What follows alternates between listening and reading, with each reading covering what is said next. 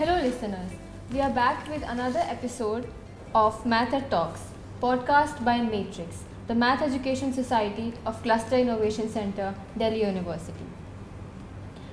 So this is the most anticipated episode of our podcast in conversation with Professor Dinesh Singh. Professor Dinesh needs no introduction, but to keep up with the formality, let me try to introduce him with a few lines. Although his illustrious career and immense contributions are near impossible to summarize in just a few lines. Professor Dinesh is the present Vice Chairman of Jammu and Kashmir Higher Education Council. He is also the Chair of Executive Committee of the same. Professor Dinesh is also Distinguished Chair Professor at All India Council for Technical Education, AICTE. He is the Chancellor of K.R. Mangalam University, Gurgaon. He is a globally recognized mathematician and educationist and a recipient of one of the highest civilian awards, Padma Shri, in 2014. For delivering exceptional work and innovative ideas, Professor Singh has received honorary doctorates as a mathematician and as an educationist from University of Edinburgh, the National University of Ireland, the University of Houston, USA, and National Institute of Technology, Kurukshetra. He studied at St. Stephen's College, earned his PhD from Imperial College of Sciences, Technology and Medicine, London. He was the Vice Chancellor of University of Delhi. This dynamic personality is one of the visionary minds responsible for establishing the Cluster Innovation Center, a thriving hub dedicated to nurturing innovation and creativity through diverse educational approaches, research initiatives, and immersive hands-on projects. Furthermore, CIC serves as an incubation epicenter for numerous pioneering startups. Okay, so Professor Dinesh, thank you so much for taking your time out to having a conversation with us. We are very honored to be here. Okay, so let us start with your childhood first. Where did you grow up? How was your experience at school and in your family and everything? Oh, I had a good time in my family. But in my early years at school, I was miserable. I hated school. So I remember I got admitted into the kindergarten, and within a month, I ran away from school and managed to reach my home. And now I realize that the school should have been a little more careful. I was just a 4-year-old kid, and I walked all the way home by myself. I found my way out and reached my home because I was homesick. I was missing my mother. Anyway, she brought me back the next day, and the school was a little upset. But I think we should have been upset with the school. How did they let a 4-year-old child get out of the school compound? But a month later, I ran away again. Now they got a little more upset, sort of. And then I think at this point, maybe my mother might have said something to them also, because after all, they were pretty lax. And I think about 15 days after that, I ran away again, but this time I took away 2 of my classmates. And the school should have been happy. I had some leadership qualities, motivate करके ले जा रहा हूँ लोगों को, पर वो खफा हो गए. So they were pretty upset with me. Anyway, so kindergarten was a mixed experience. I was happy to be with my friends, but I didn't like what was going on. And I still remember trying to figure out how can the cow jump over the moon, and what kind of nursery rhyme was that. It bothered me. In my first grade, one day towards the end of the academic year, I was given a letter to carry home. I came home and gave it to my mother diligently. And she read the letter and she said, "What is this? They're going to detain you. They're going to fail you in the first grade." Who fails anyone in the first grade? So my mother marched off to the school next day. And they said I was pretty weak in mathematics, arithmetic, whatever you call it. They said, "He kamzor hai." That was pretty strange. How can you judge a child at that age? I was 5 years old. And not only that, they also said, I used to sit with this friend of mine in class. We used to sit on the same bench. And he was my best friend. And we were very fond of each other. So the teacher tells my mother, I learned all this much later. She told my mother, my friend, she said, he's much smarter than your son, which is a pretty humiliating thing to say. Anyway, so I wasn't terribly happy until the 7th grade. I didn't really learn much. I think in this, I mean, I was good. Don't get the impression that I wasn't. I'm pretty good at English. I liked reading stories. I loved telling stories. And I remember every time they'd show a movie to my class, a feature film, and especially westerns. I loved westerns. And every Thursday they would screen mostly westerns. And my classmates would sit around me because whether I understood the movie, the story, the dialogues or not, I was good at explaining. No matter what, जो दिमाग में आता था मैं बता देता था और वो सब खुश हो जाते थे. तो मेरा सिक्का चल गया था. बट पढ़ने में ज़्यादा मन नहीं लगता था. तो 7th में मैथमेटिक्स में मेरे 100 में से 1 नंबर आया था. And I'm sure my mother thought कि अब ये पढ़े वढ़ेगा नहीं, ठीक है, we'll have to see what we can do with him. But in the 8th grade, life changed for me. I mean, suddenly everything changed because 3 things happened. One, I got introduced to algebra and Euclidean geometry. And we had a reasonably good teacher in the class. Father D'Souza unka naam tha. I was in a Catholic school. This was in Baroda, Gujarat. That's where I was growing up. And my brother, who was 5 years older than me, is one of the smartest people I have known. One day, he was sitting in his room at his desk, about 7 in the evening. That scene is embedded in my mind.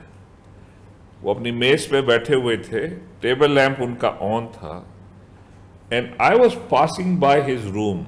कुछ खुराफात कर रहा हूँगा मैं. So he sent from his, come here. I went. So he said, tell me, have they taught you this thing in geometry? And he asked me something. And I said, I think so. So do you have any idea what happens here? And I probably didn't give a very clear answer. So he said, look, let me explain to you. And in 10 to 15 minutes, he explained one of the most beautiful theorems that a child can encounter in Euclidean geometry. And he did it in a unique way, different from what was being done in the book or the class. And I think that's when I became a mathematician. Suddenly my world changed. I realized this is what affects my heart. You know, it sort of affects the drumbeat of your soul, and suddenly you picked up the right drumbeat. Mm-hmm. That's what happened that day to me. And I began to like mathematics and I became fairly good at it. So that was that. But I was never good at exams. So I mean, when I finished my, what was it called, higher secondary. So I came to Delhi in the 9th grade. Was at St. Xavier's, and I finished my 11th. We used to have final years at 11th, school leaving. Mm-hmm. And many of my classmates used to say, "Ye genius hai maths mein." But I didn't know how to give exams, and I went without a watch. And when I saw the question paper, I thought, I can do this. But I could finish only 4 questions, I think, out of 6. Time nahi tha. And I got a 2nd division overall and a 2nd division in math. But I was never good at exams. But I was lucky क्योंकि उन दिनों में maths इतना colleges में popular नहीं होता था. तो सेंट स्टीवंस कॉलेज में मैंने अप्लाई किया. That's the only college I applied. वहाँ हर साल 40 में से 20 सीट खाली रहती थी. सो आई वॉज कॉन्फिडेंट मेरा हो जाएगा, और हो गया. 20 सीट फिर भी खाली थी. But that's when I really got exposed to what I consider higher maths, higher in the sense of more sophisticated, abstract mathematics. And I was fortunate because we had good teachers also, but 2 things really helped me. St. Stephen's has a marvelous library, wonderful library, not just for mathematics, in general. And that helped me in many ways, not just with mathematics. I loved reading other books. And the other thing that worked was that my class used to cluster around me to get me to explain things to them. So, my own insights began to become better and better. And the whole class was literally dependent on me. Come the exams, I get the lowest marks. Again, I didn't go with a watch and didn't finish my questions on time. And even though I knew everything, I didn't do as well as the others. So I realized that one has to, I was conscious that if you don't do too well in exams, it may affect you. I wasn't very sure, but then I thought, let me crack this. What's so difficult about this? So I decided I'll wear a watch next year. And I will start by answering the easier questions first, quickly. And I'll time myself. It's a 3-hour exam. Let's leave 15 minutes for revision. So divide by 6 and so on and so forth. And sure enough, I topped. It was so easy. And then that was the way my life went. But I had by then, really liked mathematics. In my first year, I had actually written my first research paper in mathematics. It's a fairly decent paper. It's recorded in one of the most important monographs on the subject, published from New York and Germany. It's a Springer Verlag volume.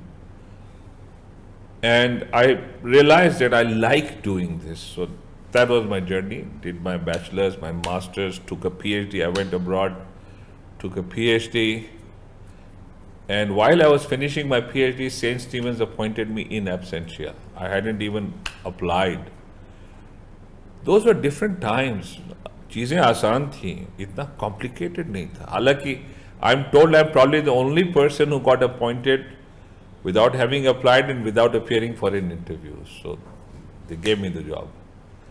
और फिर भी मैं लेने नहीं वाला था. I had written my father a letter. We can be very strange. Youth makes you do very strange things. So I wrote my father from England that my professor says that I've done a very good PhD. And he says that for me the best thing is to go to America or stay on in England but not go back to India because it'll kill me mathematically. And also, I don't want to go to America or England. I want to come back, but I'm going to go live in Rishikesh. I'm not going to look for a job. I live in an ashram by the river. I'll teach young kids mathematics. Hopefully the ashram will give me lodging and food and I'll be fine. I have no idea what my father thought of that, He didn't respond to my letter. He must have said, let him decide, jo bhi karna hai. While all this was happening, St. Stephen's sent me the letter of appointment. But you know what happened? हमारे principal साहब जो थे was a great man. तो उन्होंने क्या किया कि letter में लिखा कि तुमको सब टैक्स वैक्स जो भी है रहने का वो मिलेगा, सब काट कुट के 1400 रुपये हाथ में मिलेंगे. वो तुम्हारा पॉकेट मनी है, जो करना है करो. और साथ में लिखा कि आपको बहुत ही फर्निश्ड, सेंट स्टीवेंस में एक प्रथा है, देयर इज अ ट्रेडिशन, वहाँ बैचलर्स को एक स्पेशल क्वार्टर्स दिए जाते हैं. 2 बड़े बड़े कमरे, एक bedroom fully furnished with Burma teak furniture बाबा आदम के ज़माने का, और एक स्टडी होती है, उसमें बढ़िया सी डेस्क होती है टीक की, बहुत बड़ी, और बुक शेल्व्स होते हैं, फर्नीचर होता है, इजी चेयर भी होती है, सब होता है, और एक बड़ा सा बरामदा और बीच में एक बड़ा सा अटैच बाथरूम, वो भी सारा इक्विप्ड, उसमें शावर है, सब कुछ है. और उन्होंने कहा कि तुम्हें फुल टाइम एक वैले मिलेगा who will serve you breakfast in bed. अब क्या हुआ कि जो मेरे दोस्त थे मेरे साथ, मेरे अंग्रेज दोस्त, वो कहते मुझसे कि देखो ऐसा है कि 1 साल के लिए ले लो, तो हम इंडिया आएंगे ना तो तुम्हारे यहाँ ठहरेंगे, वैले का भी आनंद लेंगे, घूम भी लेंगे, फिर छोड़ देना.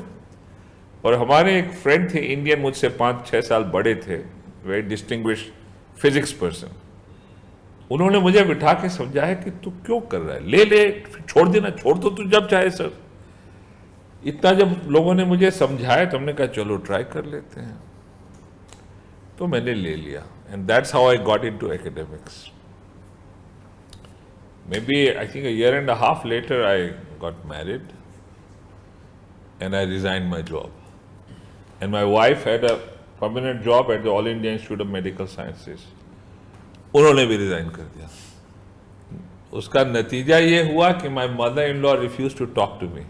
She got really upset कि this gentleman has messed up my daughter's life. एक साल उन्होंने बात नहीं किया मुझसे. And we went and traveled with the Indian cricket team, and I did mathematics as a hobby. I don't know what my wife must have thought, but we were together. उसका नतीजा ये हुआ कि St. Stephen called me back, and they gave me 5 increments. अगर मैं रहा होता तो 1 या 2 मिलती. चले जाने का फायदा ये होगा 5 मिल गई. So I came back. फिर इस लाइन में लगी गए. तो कुछ प्लान नहीं किया था. I never thought what will happen to me. बस मैथ्स अच्छी लगती थी. So I just stayed with it. फिर काम करते रहे. यूनिवर्सिटी में आ गए. IIT में भी रहे. इंडियन स्टैटिस्टिकल इंस्टीट्यूट में भी रहे. बाहर भी बहुत रहे. पर मैथ्स करते रहे और लाइफ चलती रही. Suddenly one day I realise कि मुझे घसीटा जा रहा है इन एडमिनिस्ट्रेशन. पहले तो मैंने अवॉइड किया एडमिनिस्ट्रेटिव पोजीशंस, लेकिन फिर कुछ लेना भी पड़ा. I became director south campus. 5 साल उसको निभाया and I put my heart in the job. I realise बहुत कुछ किया जा सकता है. And then one day I found I had become vice chancellor. उन दिनों में अप्लाई नहीं करते थे. They just invited you. So हमको खबर लगी कि प्राइम मिनिस्टर के पास 3 नाम गए हैं. उसमें एक मेरा है और वो चूज करेंगे और राष्ट्रपति को बताएंगे and the president will invite the person. और फिर एक दिन अखबार में देखा कि अखबार कह रहा है कि वो दिनेश सिंह को ही बनाने वाले हैं. I still wasn't very sure and I wasn't very happy about it because I thought ये फंस जाएंगे बेकार में. अपना पढ़ाई लिखाई करें अब. But then one day I was called and I was told that we are making you vice chancellor, and my wife said कि try कर लो. तो try कर लिया. तो वाइस चांसलर बन गए. वाइस चांसलर ना बने होते तो इनोवेशन सेंटर नहीं बनाते, तो आप लोगों से मुलाकात नहीं होती. तो अच्छा ही हुआ. But I enjoyed my work as vice chancellor. बहुत कुछ सीखने को मिला. मौका मिला कुछ करने को. I was able to do things. आपकी जो डिग्री है मास्टर्स इन मैथ एजुकेशन उसी समय कायम की. I was very lucky. अच्छे कॉलीग्स मिल गए तो उन्होंने इसको चला दिया. हम तो लफाजी करते हैं. अच्छे तो काम वो लोग कर रहे थे. डिग्री को प्लान करना एक चीज़ है, एक्सिक्यूट करना दूसरी चीज़ है. तो बखूबी उन्होंने एक्सिक्यूट किया उसको. बहुत अच्छा किया. हम आते थे उन दिनों में. I used to come and talk and even sometimes teach in the class. Innovation centre में मैंने 2 डिग्री और कायम की थी. एक BTech humanities design your degree और एक थी बीटेक इनोवेशन विद मैथमेटिक्स. दोनों बहुत सक्सेसफुल डिग्रीज रही. अभी भी दोनों बरकरार हैं. In some form they still exist and I think the students are very happy. I keep hearing about the good things they are doing and the startups that come out of there, the research papers that come out of there, the patents, all 3 degrees, all 3 are doing very well. I'm very happy to hear that. And we also implemented those reforms for the whole university, the so-called 4-year undergraduate program.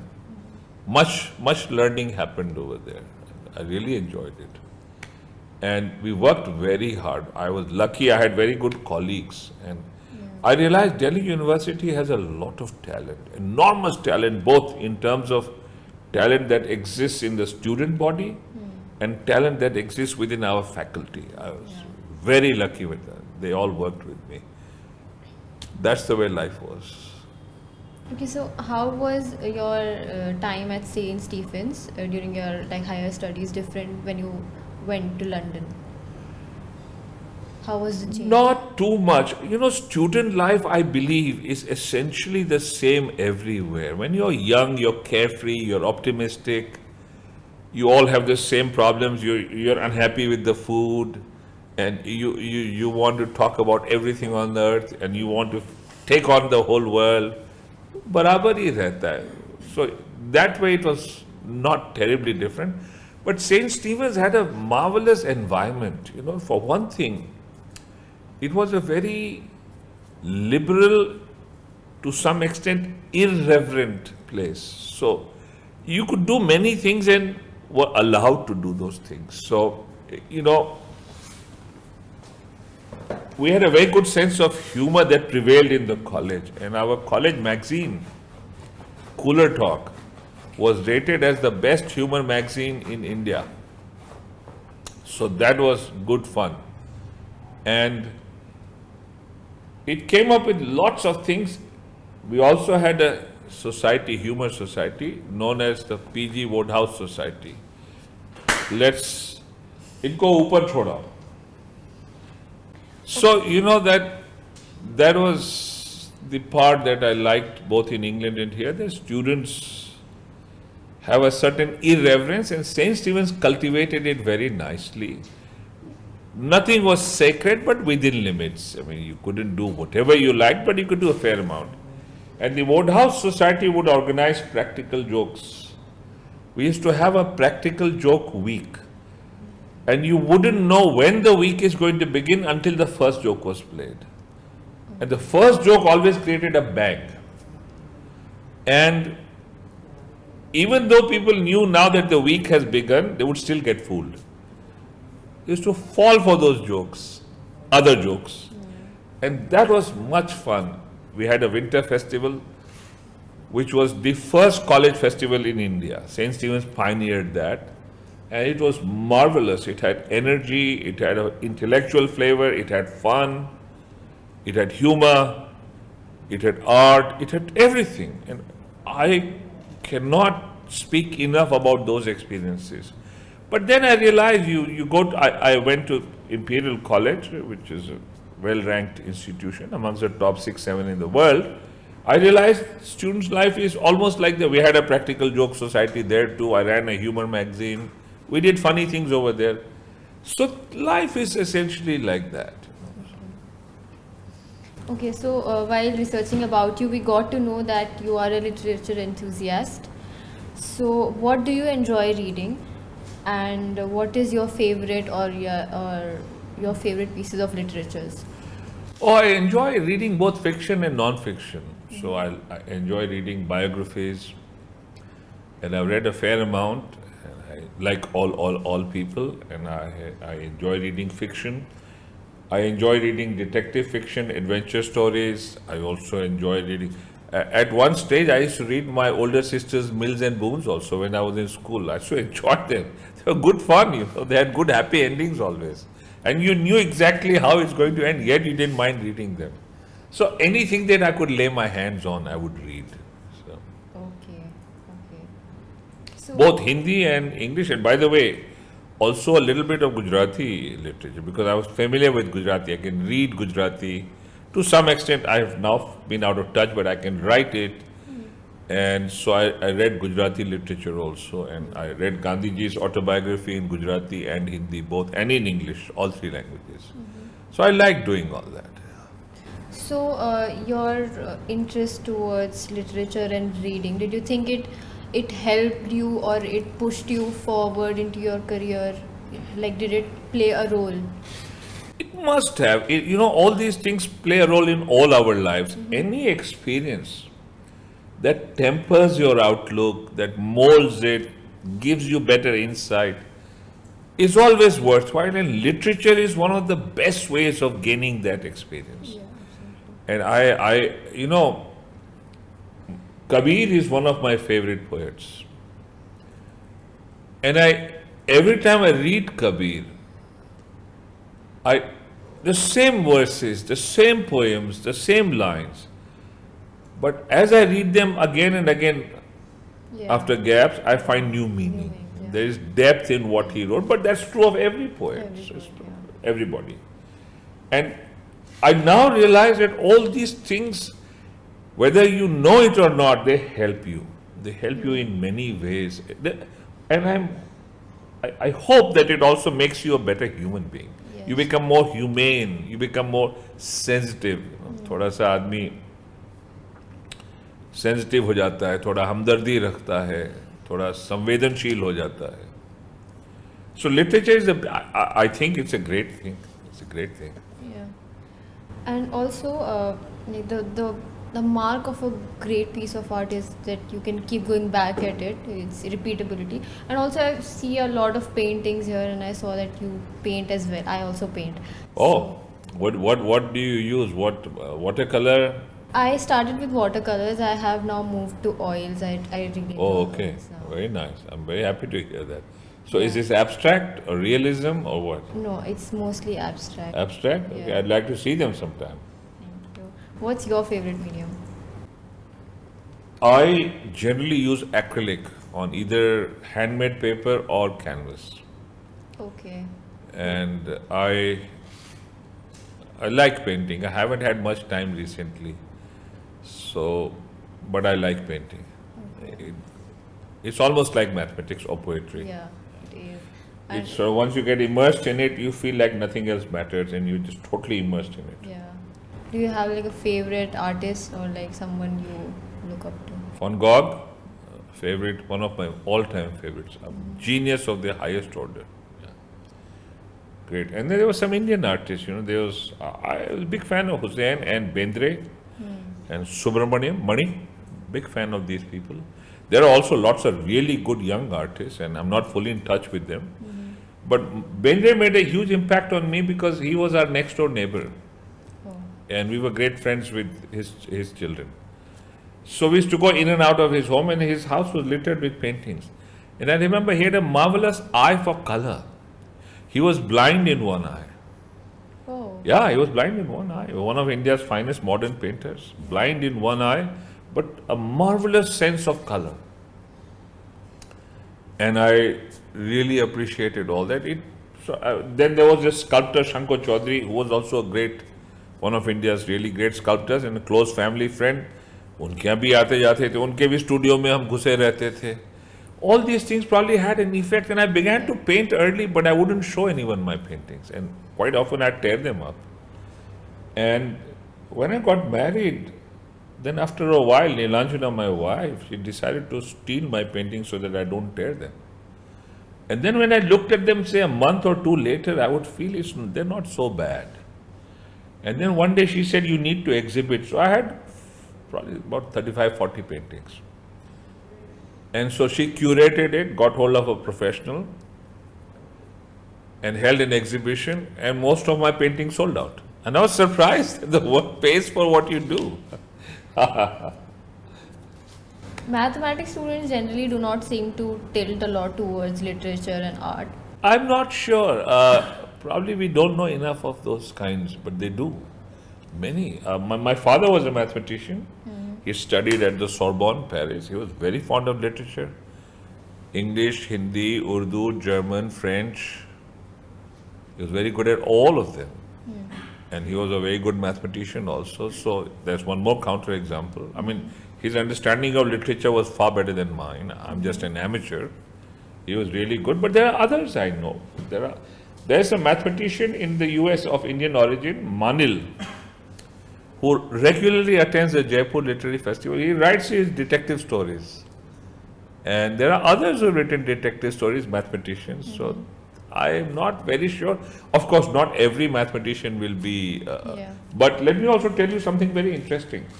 My father's mathematical grandfather was a distinguished French mathematician by the name of Jacques Adamard.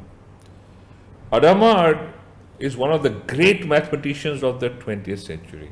So, Adamard, in this book that he authored called The Psychology of Invention, he writes a marvelous line.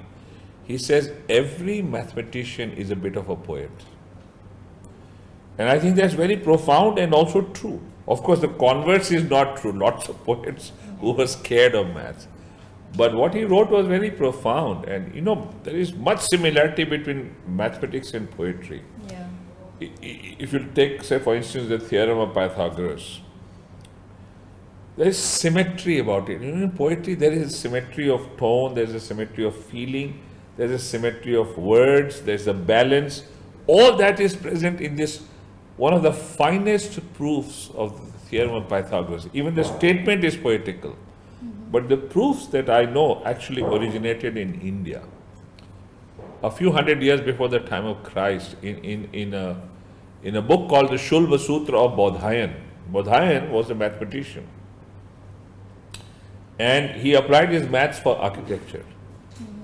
And Bodhayan discovered the theorem and gave a proof. And then there was Katyayan, a little after Bodhayan. He was also before Christ. And he gave a proof. And though Katyayan's proof is beautiful, and it's well known now. I personally have publicized it for the last 30, 40 years across the globe. And there's poetry in that. And so that's why I think Adamat said every mathematician is a bit of a poet. Okay, so also, do you think we should encourage math students in literature and push them to relate it with the subject? Not everyone, but those who at least expose them, and maybe then some of them would like to do it. And it has literature, mathematics, data, statistics, computer science. They're closely connected in many ways. Maybe you're aware of this, maybe you're not. But in India, very profound mathematics came out of Sanskrit poetry, and I'll tell you how. And this happened about 200 years before the time of Jesus Christ. There was this prosodist by the name of Pingal. He was trying to create new meters in poetry by taking various long and short sounds and making permutations and combinations to create new meters. And he could do that because he also knew mathematics. So how has your relationship with mathematics changed over the years as you've grown? So that's a good question. I'm glad you asked that, because, when I started out, I fancied myself as what is called a pure mathematician. In other words, art for the sake of art. And it gives you a good feeling. It also, it allows you to dream, and it allows you to be a little irresponsible. And I'll tell you what I mean. I say this with full consciousness of the import of what I'm saying, because many of my mathematician colleagues will be upset. But it's nice, but I also feel, because mathematics is so useful in the real world. Like when I was telling you about Pingal, he invented mathematics through poetry. And then someone was writing a commentary on Pingal's work in the 12th century, a man called Halayud.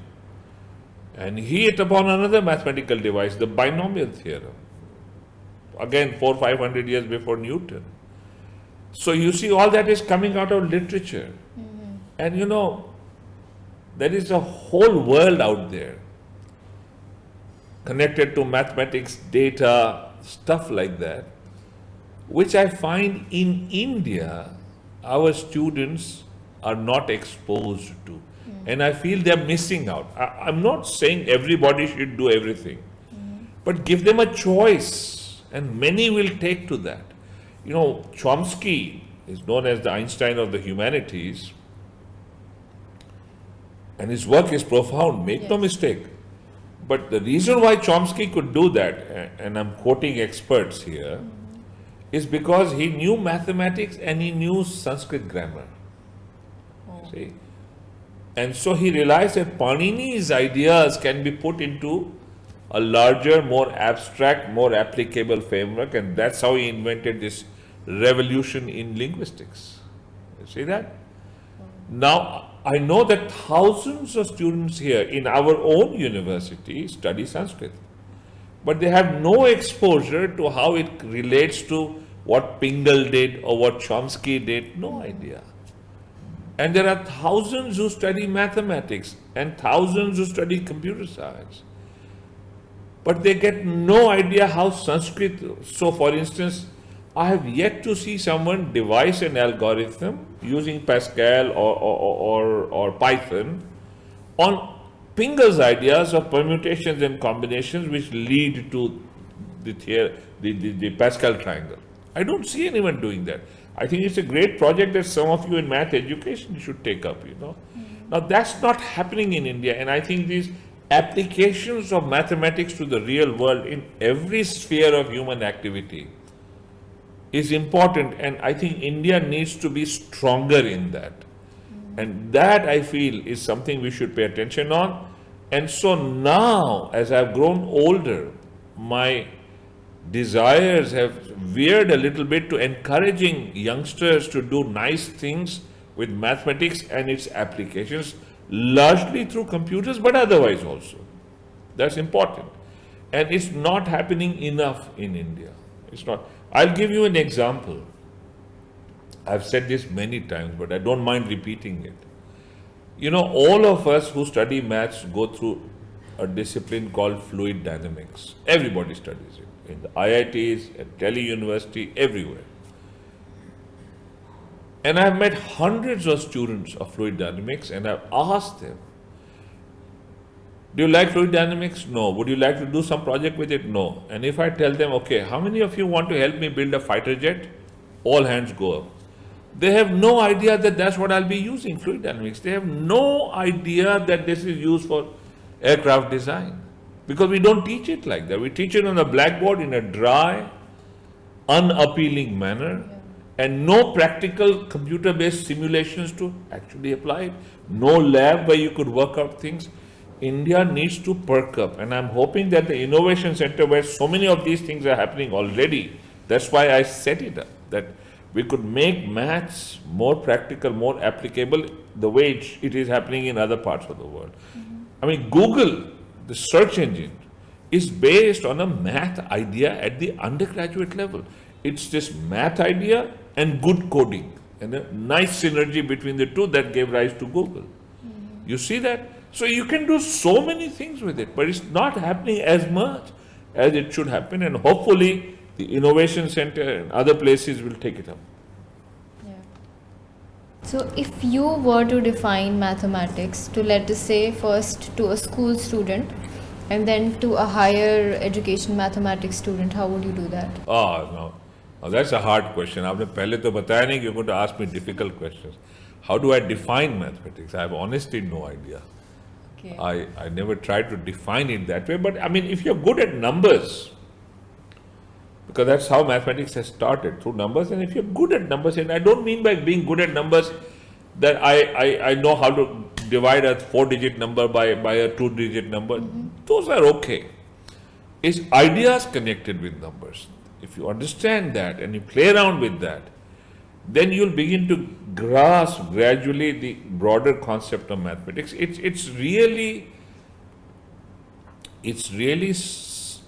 Mathematics is really a collection of ideas. But these ideas really have a base that starts with numbers. Yeah. And then it gets more abstract and evolves, but as it gets abstract, it connects to the world again and again and again.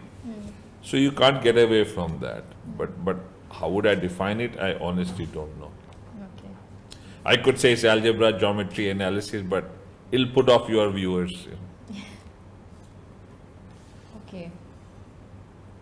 So you observe that mathematics in itself is one of the finest pursuits of knowledge, and of the same time it has a wide range of applications, as you previously said, which helps our life, which helps our daily life, right?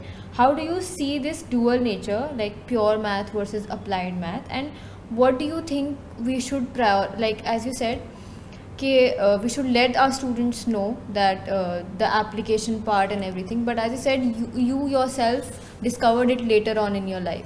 So no, I mean, I was aware of all the applications. Yeah. I began to find it more appealing later in life. You In the were beginning, I convinced. was proud of being a pure mathematician. Yeah. So how do we let that know to? I'm sorry, I can't frame it.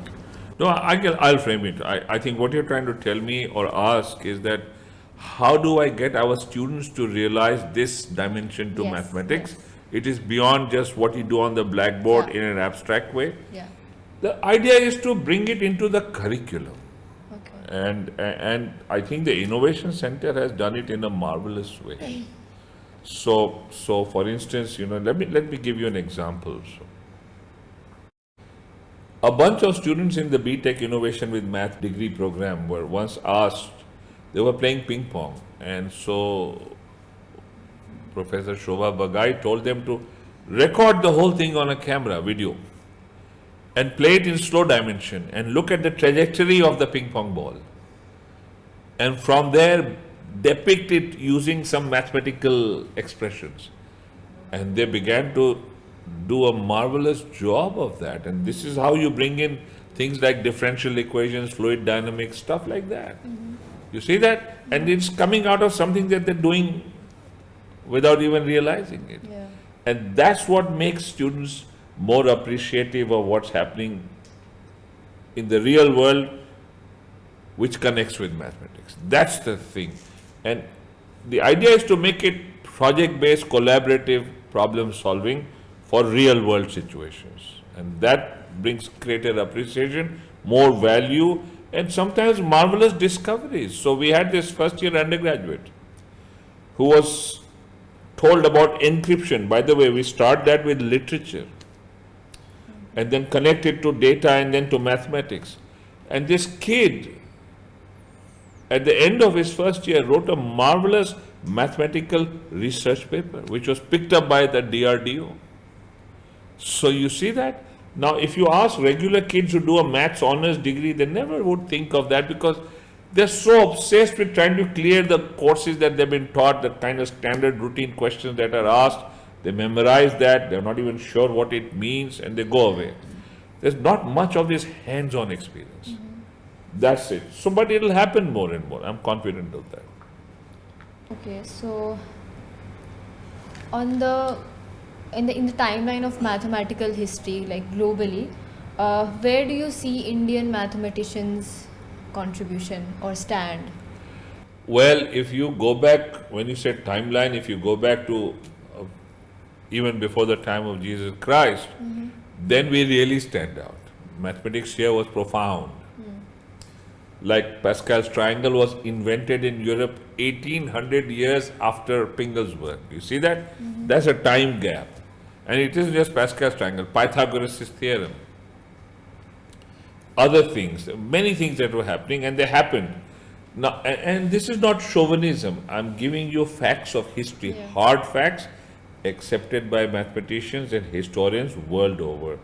Many of the things that I'm telling you now have been embodied in much research that has gone on by serious professional historians of mathematics in India and now even abroad. So there is this historian of mathematics from the West, a lady called Kim Plofker, who's written a history of mathematics, a profound and scholarly work.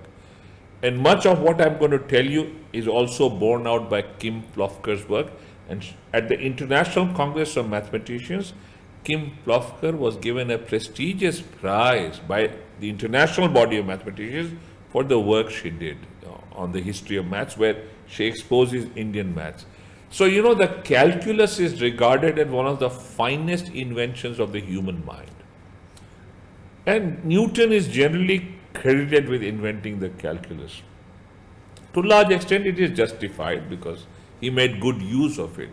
What most people don't know is that 500 years before Newton, Bhaskaracharya II invented the calculus for the same reasons that Newton did.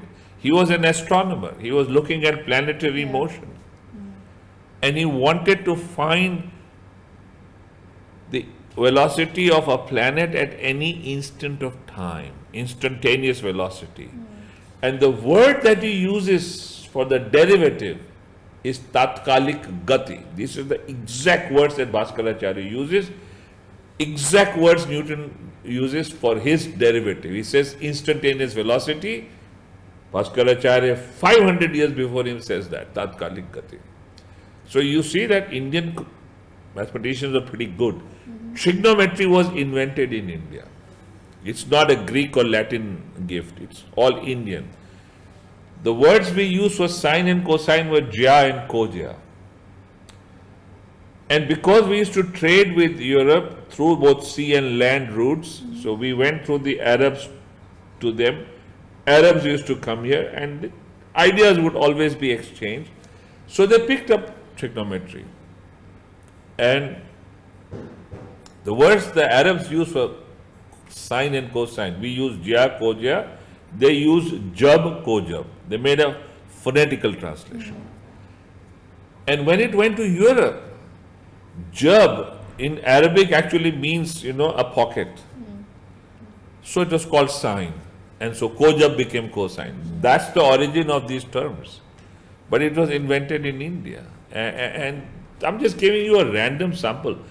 Profound work happened in number theory, in algebra. India was the first country. I think it was Bhaskaracharya or maybe Brahmagupta.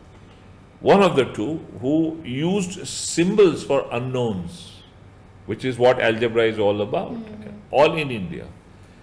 But then, somewhere when we came under foreign rule, the British, our systems of education sort of declined. They also lost a little bit of their confidence and things began to go a little downhill. But then you had Ramanujan, and he is one of the great mathematicians of all times. Such outstanding people have been produced by India consistently. It wasn't just Ramanujan, who is a god. For me, he is a god.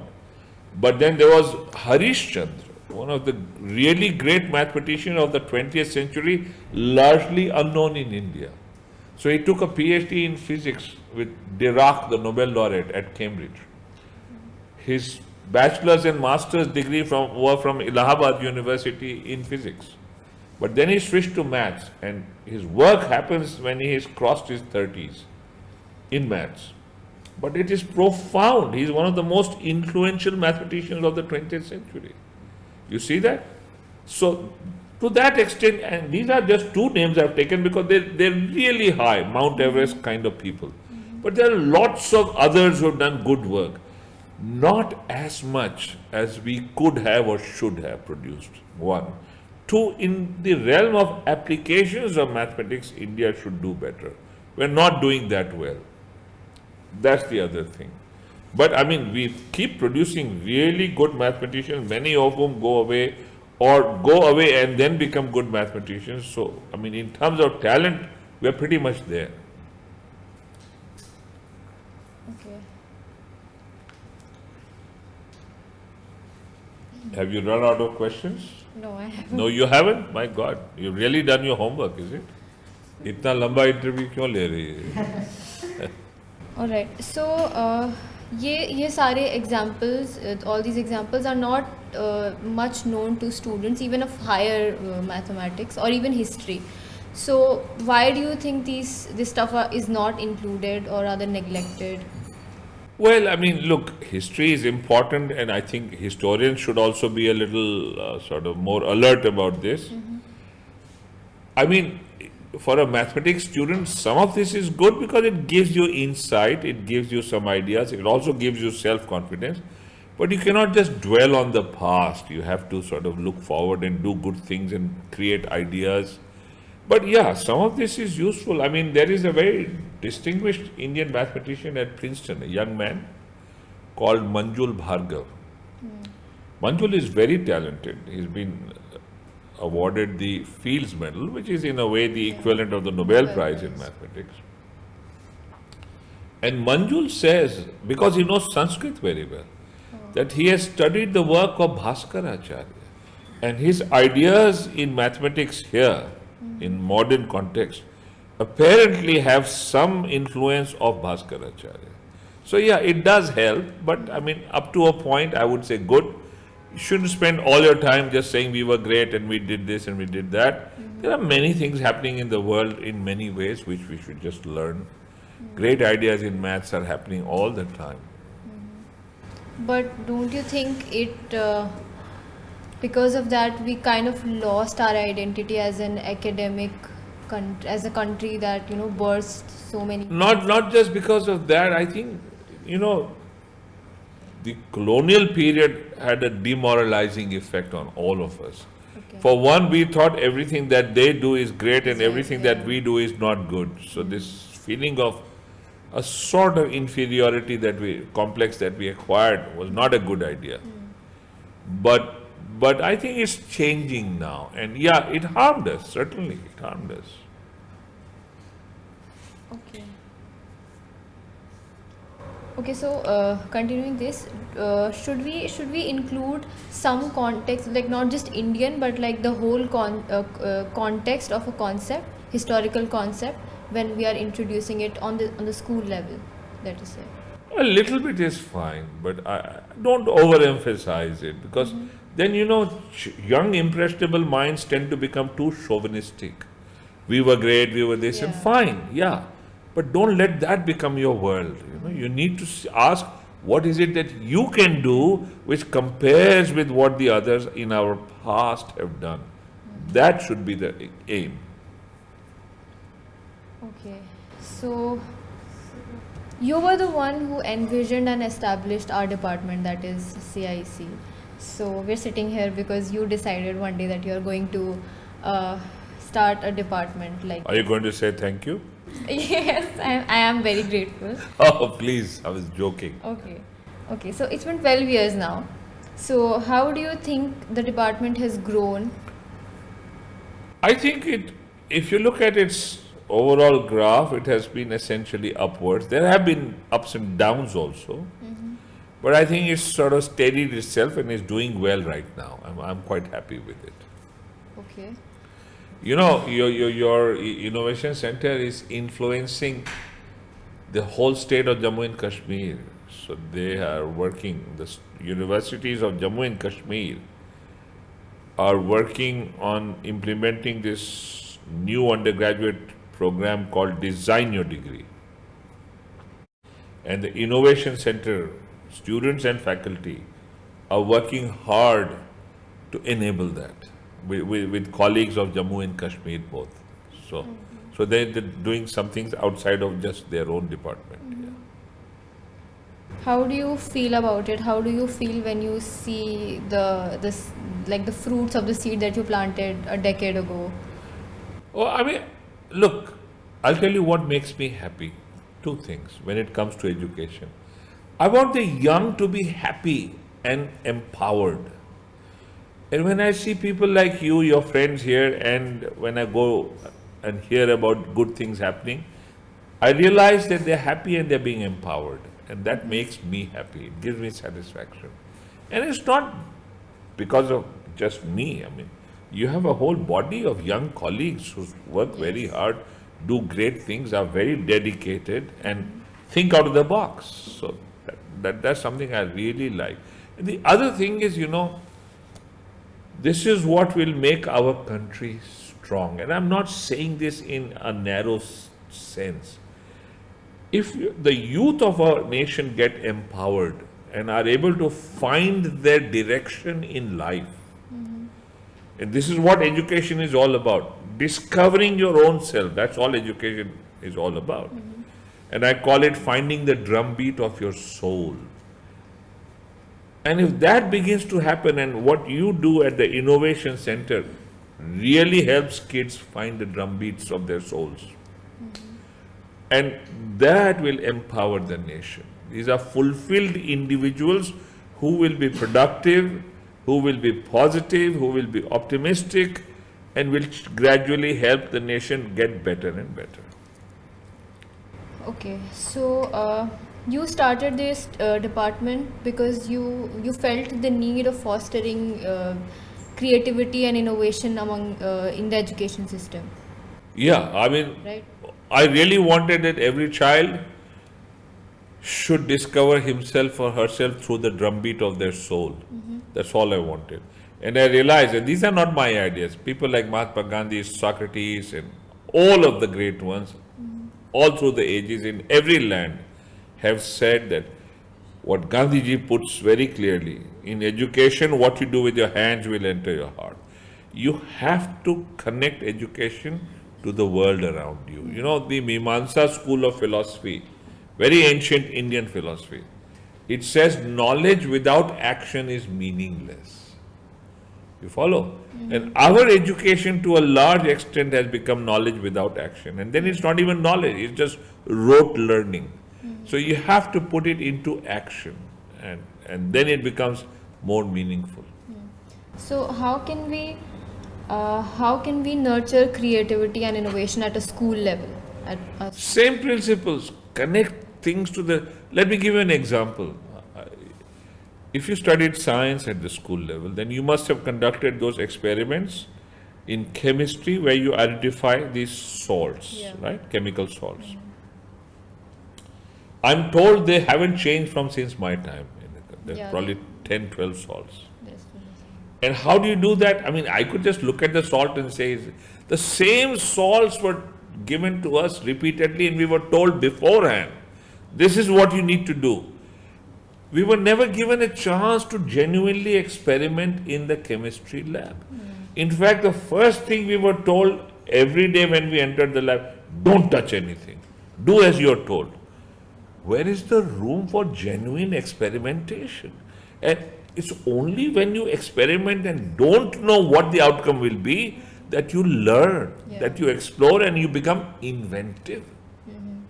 It's not that people start beforehand, that I know exactly what the outcome will be and I will show you. It doesn't happen like that. But that's what we are doing. And so when it comes to those salts, I have never seen a curriculum or a school say, okay, go pick up the soil on your campus, analyze what's in that soil, bacteria, what microbes, viruses, algae, chemical salts, nothing. And such learning will happen. Or when they teach you Mendel's laws in botany. And this isn't just about science, it's as much true in the humanities. But if you look at Mendel's laws, they make you memorize it. No one has ever conducted experiments to see exactly what happens with Mendel's laws. That's what I meant. Okay. Okay, so right now we are in a huge transitional phase of our education system, like the school as well as the university level education system. So we have revised NCF with newer and higher ambitions. And amidst these aspirations, we also have seem to be facing some challenges. Continuous row of NCERT books ka rationalization and increased privatization and stuff like that. So what is your take on this whole scenario? I'm not too familiar what's happening at the school level. I could give you better insights at the college level. Okay. Yeah, but I'm not very sure. However, I can tell you one thing, and that's what gives me comfort. When you look at the national education policy, which came out a little more than 2 years ago, whatever they put in that document is very good. I endorse it almost wholeheartedly. And much of what they put in the college curriculum is all that we did at the University of Delhi when we launched the 4-year undergraduate program. It's a near verbatim reproduction of what we did there. And I'm not endorsing it because it reproduces what we did. And as I told you, these aren't really my ideas. I think this is the way education should be. Everybody seems to talk like that. And I have seen what they endorse at the school level. For one thing, they say reduce the workload. Don't make them memorize. Give them creative experiments. And I endorse that. Of course, when it comes to implementing it at the ground level, when I go to events connected with school education, and not too often, but whenever I do, I realize there is a gap. Yeah, we need to be more careful. Because the spirit of the national education policy is sometimes not being followed. Yeah. Okay. Okay. So, despite the developments in education, we don't find the system as significant as it should have been when we ponder over the morality aspect of it. Like last semester, we had our internship in a school setting. And one of the things that really astounded me was, that the moral responsibility that a teacher holds. When I step into the class, whatever I say, they listen to it. There are 40 kids who will listen to everything that I say. And so there is basically no, what do I say? No one wants to question the teacher. Yeah. And teachers are not trained for it. They are not trained about the moral aspect of their job. Well, I mean, To some extent, this is true in most parts of the world, especially at the lower levels of school. I mean, even when I was in school and went to higher levels, I realized that there are teachers who encourage you to think. There will always be some, but the general approach to the curriculum institutionally needs to change much more. And a certain degree, so students are not, so we're losing our creativity. We're losing our ability to think originally. We're losing our ability to be critical. And I don't mean critical in terms of negativity. Critical means to examine for your own sake and then come to a conclusion. That's what's critical. That's what critical means. And that is being lost in our schools and even our colleges. Mostly it's rote learning, don't question anything, do as we tell you. Again, I say this, the national education policy, वो चिल्ला रही है हर कोने से कि ऐसा मत करो और ऐसा करो, which will engender creativity, critical thinking, originality, and the teacher has to, you see, the real onus is on the teacher. The teacher has to change. But वो नहीं हो रहा है, not as much as I think it should happen. होगा, time लगेगा. If I can interrupt, उसका एक और पार्ट ये था कि एज वी सी, जैसे आप बता रहे थे कि ग्लोबली एक बड़ा चैलेंज तो है ही कि हमारी एजुकेशन सिस्टम, जैसे हम समझते हैं कि एक अच्छा इंसान बनना चाहिए, तो उसमें इसका सिग्निफिकेंट रोल उतना ज़्यादा नज़र नहीं आता. किसका? मतलब द एजुकेशन सिस्टम जिससे हम 20, 22, 25 साल गुजर. ऐसा नहीं है, हम लोग सब, अभी तुम्हें से कौन बुरा इंसान है? नहीं, बट उसमें आई फील दैट वही डिपेंड करता है कि मतलब किसका कौन सा बैकग्राउंड रहा, या जिसकी पेरेंटिंग अच्छी हुई वो अच्छा आदमी बन गया. लेकिन असर जैसे हम, ऐसा भी नहीं है बेटा, डोंट पेरेंटिंग अच्छी रही बुरी रही ये भी नहीं मालूम है. यू आस्क मोस्ट पेरेंट्स कि तुमने अच्छी पेरेंटिंग क्या सोच के की थी, तो दे विल से हमें तो पता ही नहीं था. I look at my own case, I have no idea. Left to myself, if it hadn't been for my wife, my children would have been totally messed up, you know. So what is good parenting, I don't know. I mean, you have to play it by the ear, and बहुत ज़्यादा worry भी नहीं करना चाहिए. After all, the world has survived. India has done well. Other countries have done well. इतना घबराओ भी मत. दिक्कतें हैं, परेशानियां हो रही हैं, बट भाई देखो तुम, हम जब छोटे थे तो स्मॉल पॉक्स भी होता था, कॉलेरा, टाइफॉइड, मलेरिया, क्या नहीं होता था. खाने को नहीं होता था ठीक से इंडिया में. यूज्ड टू इंपोर्ट फूड, जानवरों का खाना आता था, दूध नहीं मिलता था. I mean, the country, the same education system that we all seem to be a little worried about, the country has done well. We export milk, we export food grains, we are able to build so many things that हम पहले import करते थे. हम अपने railway engines को अब export कर रहे हैं. बहुत कुछ हो रहा है.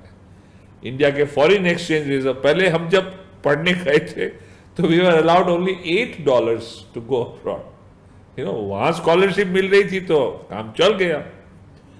अब आप जितना पैसा, पिछले साल अमेरिका में इंडिया से 4 लाख स्टूडेंट्स पढ़ने बाहर गए. Most of them are putting their own money to study. तो इंडिया में भी क्षमता है. ठीक है, आप पूछ सकते हैं क्यों बाहर जा रहे हैं, तो 4 लाख ही न गए हैं, 40 लाख तो यहीं हैं, काम कर रहे हैं.